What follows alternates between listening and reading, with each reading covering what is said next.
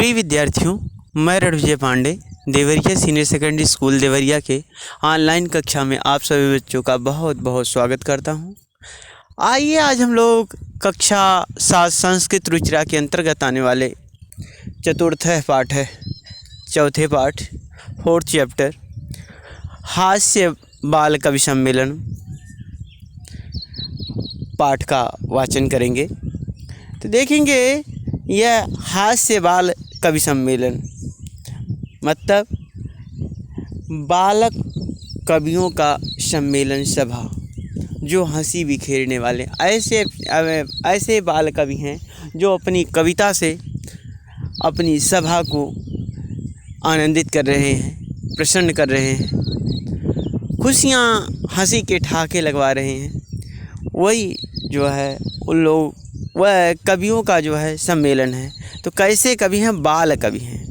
बालक, छोटे छोटे बालक जो है वह अपनी कविताओं से सभा मंडल को जो है वह हंसी का पात्र बना रहे हैं या हंसा रहे हैं। तो देखेंगे यहाँ हास्य बाल कवि सम्मेलन। देखें, विविध वेशभूषाधारिणः चत्वारः बाल कवयः मंचस्य उपरि उपविष्टा सन्ति। देखिए, विविध वेशभूषाधारिणः चत्वारः बाल कवयः मंचस्य उपरि उपविष्टा सन्ति। अधः श्रोतारः हास्य कविता श्रवणाय उत्सुकाः सन्ति, कोलाहलं च कुर्वन्ति। एक बार फिर से इसको देख लेंगे। कह रहे हैं विविध वेशभूषाधारिणः चत्वारः बाल कवयः मंचस्य उपरि उपविष्टाः सन्ति। अधः श्रोतारः हास्य कविता श्रवणाय उत्सुकाः सन्ति, कोलाहलं च कुर्वन्ति। देखिए, संचालक यह एक नाटक के रूप में है।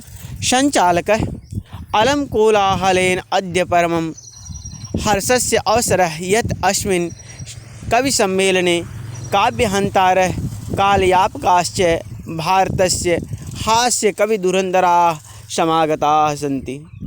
एहि करतलध्वनिना वयम् एतेषां स्वागतं कुर्मः। देखिए, फिर से देख लेंगे। अलं कोलाहलेन अद्य परमं हर्षस्य अवसरः यत् अस्मिन् कविसम्मेलने काव्यहन्तारः कालयापकाश्च भारतस्य हास्यकविधुरन्धराः समागताः सन्ति। एहि करतलध्वनिना वयम् एतेषां स्वागतं कुर्मः। गजधरः सर्वेभ्यो आरस्केभ्यो नमो नमः। सर्वेभ्यो आरस्केभ्यो केभ्यो नमो नमः। प्रथमं तावद् अहम् आधुनिकं वैद्यं। देखिए, कह रहा है सर्वेभ्यो आरस्केभ्यो नमो नमः। प्रथमं तावद् अहम् आधुनिकं वैद्यं। उद्देश्य, देखिए, आधुनिक वैद्यम उद्देश्य स्वकीयं काव्यं श्रावयाम। कह रहा है कि उद्देश्य स्वकीयं काव्यं श्रावयाम। देखिए, वैद्यराज नमस्तुभ्यं यमराज सहोदर यमस्तु हरति प्राणान वैद्यः प्राणान धनानि च। देखिए क्या लिख रहे हैं अपनी पहली कविता में, लिख रहे हैं वैद्यराज नमस्तुभ्यं यमराज सहोदर यमस्तु हरति प्राणान वैद्यः प्राणान धनानि च। सर्वे उच्चैः हसन्ति। देखेंगे कालांतक अब दूसरे कोई कवि हैं, वो क्या कह रहे हैं? कालांतक अरे वैद्यास्तु सर्वत्र परंतु नाते मादृशा कुशला जनसंख्या निवारणे माम अपि काव्यम इदम शृण्वन्तु भवन्तः। देखिए, लिख रहे हैं अरे वैद्यस्तु सर्वत्र परंतु नाते मादृशा कुशलाः जनसंख्या निवारणे माम अपि काव्यम इदम शृण्वन्तु भवन्तः। देखिए उनकी कविता क्या है। चितां प्रज्वलिता दृष्ट्वा वैद्यो विस्मयम् आगतः।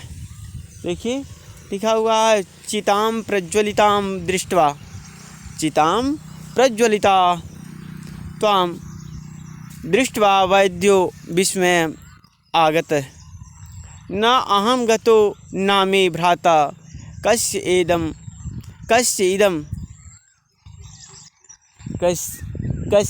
इदं हस्तलाघवम्।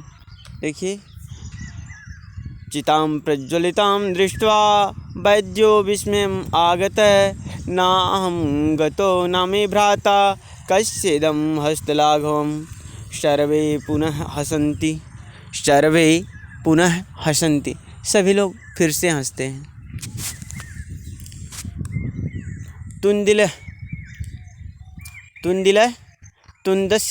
तुन्दस्य उपरि हस्तम् अवर्तयन्। तुंदिले माने कोई कभी है ऐसा जो तोदू है, जिसका पेट निकला हुआ है, तोदू है, वह अपने पेट पर अर्थात अपने तोंद पर अपने हाथ को घुमाता हुआ क्या कह रहा है।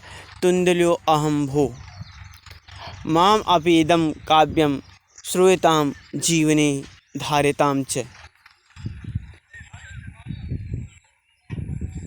माम अपि इदं काव्यम श्रूयतां जीवने धार्यतां च। परान्नं प्राप्य दुर्बुद्धे मा शरीरे दया कुरु। परान्नं दुर्लभम लोके शरीराणि पुनः पुनः। देखिए लिखा हुआ है परान्नं प्राप्य दुर्बुद्धे मां शरीरे दया कुरु। परान्नं दुर्लभम लोके शरीराणि पुनः पुनः। देखिए सर्वे पुनः अट्टहासं कुर्वन्ति। सभी फिर अट्टहास जोर से ठहाका लगा के हंसते हैं। अट्टहास में तेज से ना ठहाके लगा के हंसना। चार्वाक आम शरीरस्य पोषणम सर्वथा उचितमेव। दूसरा कोई कवि आता है, कहता है ठीक है, पोषणम सर्वथा उचितमेव।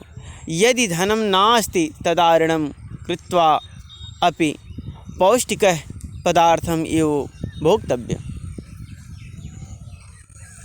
भोक्तव्यम् तथा कथयति चार्वाक कवि।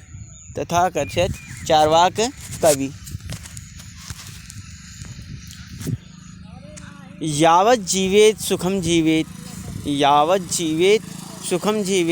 ऋणं कृत्वा घृतं पीवेत्। उनकी कविता है, चार्वाक कवि की कविता है, यावत् जीवेत् सुखम जीवेत् ऋणं कृत्वा घृतं पीवेत्। श्रोता लोग देखिए, तर्हि ऋणस्य प्रत्यर्पणं कथम। तर्हि ऋणस्य प्रत्यर्पणं कथम।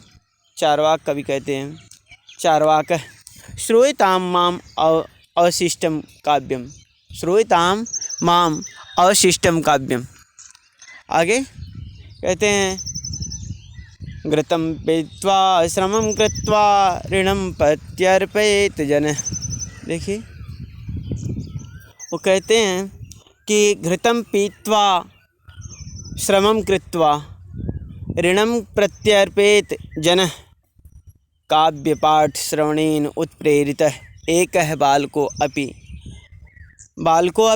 आशु कवितां रचयति हास्यपूर्वकं च श्रावयति। देखिए काव्यपाठ श्रवणेन उत्प्रेरितः एकः बालको अपि आशु कवितां रचयति हास्यपूर्वकं च श्रावयति। ओके, अगला देखेंगे बालक। अब वो बालक सुनाता है अपनी कविता, तो देखेंगे श्रूयतां भो माम अपि काव्य। क्या कहता है। गजधरम कविचयो तुंदिलं भोज्यलोलुपं कालांतकं तथा वैद्यं चर्वाकं च नमाम्यहम्। देखिए कहता है गजधरम कवि चैव तुंदिलम भोज्यलोलुपम कालांतकम तथा वैद्यम चार्वाकम च नमाम्यहम्। आशु कविता में न शीघ्र कविता करने वाला, अर्थात ऐसा कवि या ऐसा कवि जो कविता को सुनकर, किसी कविता को सुनकर शीघ्र ही कविता को रच लेता है, उसको आशु कवि कहा जाता है। आशु माने शीघ्र, मतलब जो शीघ्रता से ही कविता रच ले, जल्दी कविता बना ले, उसको आशु कवि कहा जाता है। काव्यम श्रायित्वा हा हा इति कृत्वा हसति अन्ये चापि हसन्ति सर्वे गृहं गच्छन्ति। तो मुझे उम्मीद है कि आप लोगों को ये पाठ पूरा अच्छे से वाचन करने आ गया होगा। आप लोग 2-3 आवृत्ति करेंगे और यहाँ पर नहीं आएगा आप लोग फ़ोन करके मैसेज करके पूछेंगे, और कल अगले लाइव क्लास में जब मैं आऊँगा उस समय जो है इसी की व्याख्या मैं करूँगा। तो बहुत बहुत धन्यवाद आप लोगों को।